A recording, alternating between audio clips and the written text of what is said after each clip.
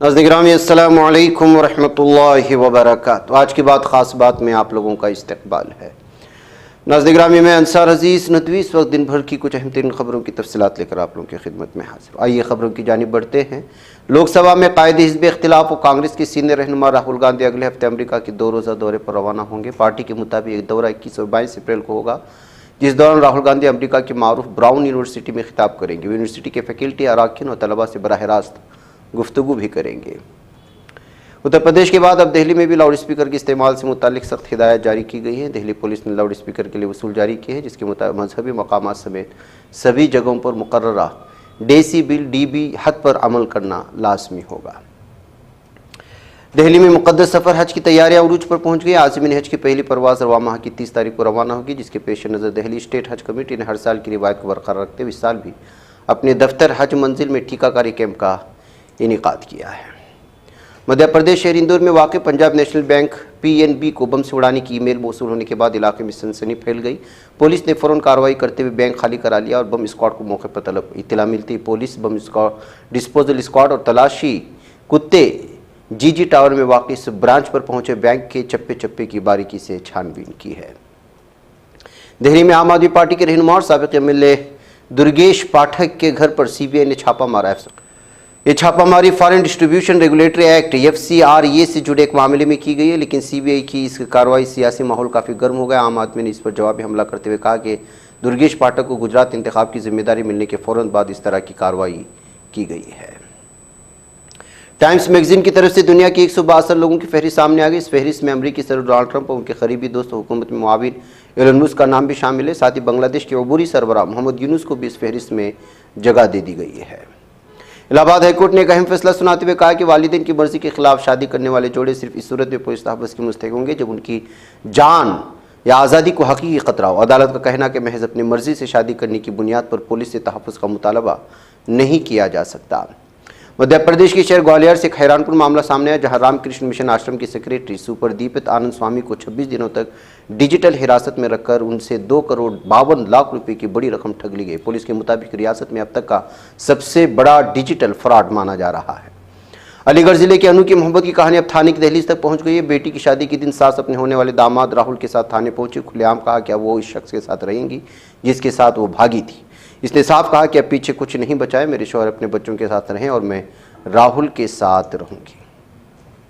कांग्रेस ने महाराष्ट्र में लाड़की बहन योजना के तहत फंड्स में कमी के हवाले से BJP पर जबरदस्त हमला किया। कांग्रेस के सीनियर लीडर जयराम रमेश ने सोशल मीडिया प्लेटफॉर्म X पर पोस्ट करते हुए BJP की इस स्कीम को जुमला मॉडल करार दिया। जयराम रमेश ने जिस खबर का हवाला देते हुए BJP पर तनकीद की, उसके मुताबिक 8 लाख खवातीन की इमदादी रकूम 1,500 रुपये से कम करके 500 रुपये फी माह कर दी गई है। नाज़रीन गिरामी कॉमेडियन कुणाल कामरा को 16 अप्रैल को मुंबई हाईकोर्ट से बड़ी राहत मिली। अदालत ने उनकी गिरफ्तारी पर उबरी रोक लगा दी, जबकि उनके खिलाफ दर्ज FIR की मनसूखी से मुतालिक फैसला 3 घंटे से ज़ायद समाअत के बाद महफूज रख लिया गया। अदालत में समाअत के दौरान कुणाल कामरा की वकला ने मौका इख्तियार किया कि FIR को मनसूख किया जाए और तहकीकात पर मुकम्मल पाबंदी आयद की जाए। मरकज़ी हुकूमत ने मुतनाज़ा वक्फ तरमीमी कानून 2025 के खिलाफ दायर मुतअद्दिद अर्जियों पर आज सुप्रीम कोर्ट की 3 रुकनी बेंच ने समाअत की। एक प्रेस बयान के मुताबिक जमीयत उलमा हिंद की जानिब से सीनियर वकील कपिल सिब्बल ने निहायत मुदल्लल दलाइल पेश किए। उन्होंने अदालत को बताया कि नए तरमीमी कानून के जरिए हुकूमत एक मजहबी मामले में बराह रास्त मुदाखलत की मुर्तकिब हो रही है, जो हिंदुस्तानी आइन की बुनियादी ढांचे और मजहबी आज़ादी के उसूलों के खिलाफ है। दिल्ली यूनिवर्सिटी के शोबे हिंदी के प्रोफेसर मशहूर सियासी मुबस्सिर अपूर रौनक को हाल ही में एक ऐसी सूरत हाल का सामना करना पड़ा जिससे हिंदुस्तान में तालीमी आज़ादी, इज़हार राय की आज़ादी के बारे में गहरे खदशात को जन्म दे दिया है। अक़वाम मुत्तहिदा की जौहरी निगरानी इदारे के सरबराह राफेल ग्रासी ने बुध को तेहरान में मुज़ाकरात के लिए पहुंचने से कबल इंतबाह किया कि ईरान जौहरी बम बनाने से बहुत दूर नहीं है। ग्रासी ने कहा कि ईरान के पास किसी जिक्सॉ पज़ल की तरह सभी टुकड़े मौजूद हैं और वो किसी भी वक्त इन टुकड़ों को जोड़कर एटम बम बना सकता है। इसराइली फ़ौज के ताज़ा हमलों में गज़ा के मुख्तलिफ इलाकों में कम अज़ कम 19 फ़िलिस्तीनी शहरी जाँ बहक हो चुके हैं, जिनमें ख़वातीन और बच्चे भी शामिल हैं। गज़ा सिविल डिफेंस के तर्जुमान मोहम्मद बसल ने मीडिया को बताया कि शिमाली मशरक़ गज़ा में अत्तुफ़ा महल्ले में हसूना ख़ानदान के घर को निशाना बनाया गया, जिसके नतीजे में 10 अफराद शहीद हो गए। एक तरफ हिंदुस्तान में यूनिफॉर्म सिविल कोड यानी UCC पर घुमसान मचाया है और दूसरी तरफ हिंदुस्तान ने अक़वाम मुत्तहिदा सिक्योरिटी काउंसिल में भी UCC निफाज की कोशिशें शुरू कर दी है। इसके लिए हिंदुस्तान को 3 ममालिक का ताउन भी हासिल हो चुका है। यमन के हुसी मुजामती तंजीम से वाबस्ता मीडिया ज़राए के मुताबिक दारुल हुकूमत सना के वस्ती इलाके अस्सौरा ज़िले के अन्नहज़ा महल्ले पर अमरीकी फ़िज़ाई हमले में ایک یمنی شہری مارا گیا ہے۔ چین اور ملیشیا نے فلسطینیوں کی جبری نقل مکانی کو مسترد کرتے ہوئے 2 ریاستی حل پر مبنی ایک آزاد فلسطین ریاست کے قیام پر زور دیا ہے۔ فلسطینی اسیران انفارمیشن آفس نے فلسطین میں اسیران کے قومی دن کے موقع پر جاری ایک بیان میں کہا کہ قیدیوں کا مسئلہ ہمارے عوام کی ترجیحات ان کی بہادرانہ مزاحمت میں سر فہرست رہے، ان کی آزادی کے لیے ہماری جنگ ہر طرح سے جاری رہے گی۔ فلسطینی مزاحمت نے قیدیوں کی آزادی کی مساوات کو مسترد کرنے کی اپنی صلاحیت کو ثابت کیا ہے، جس کا ثبوت وفا الاحرار اور طوفان الاحرار جیسے معاہدوں کی شکل میں دیکھا جا سکتا ہے۔ یہودیوں کے نام نہاد عید فصح کی مسلسل 5ویں دن جمعرات کی صبح سینکڑوں انتہا پسند دہشت گردوں نے مقبوضہ بیت المقدس میں مسجد اقصیٰ کے صحنوں پر دھاوا بول دیا ہے۔ غربی اردن کے شمالی شہر نابلس سے تعلق رکھنے والے سیرین مصعب حسن عادلی کل رات سوروگ ہسپتال میں دم توڑ گئے، جس سے قیدیوں کی تحریک کی شہداء کی فہرست میں اضافہ ہوا۔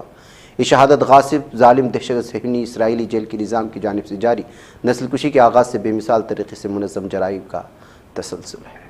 ناظرین گرامی، آج کی بات خاص بات میں اتنا، انشاءاللہ پھر ملاقات ہوگی۔ مجھے اجازت۔ السلام علیکم ورحمۃ اللہ وبرکاتہ۔ یہ چینل حق نگر بن کر کچل دیتا ہے فتنوں کو، اگر گندی ہو پالیسی تو مرتے دیکھ کتنوں کو، اسی بازار میں بکتے ہوئے دیکھا ہے سپنوں کو، سبھی یکساں ہے یہ پیغام دو غیروں کو اپنوں کو، وطن اہل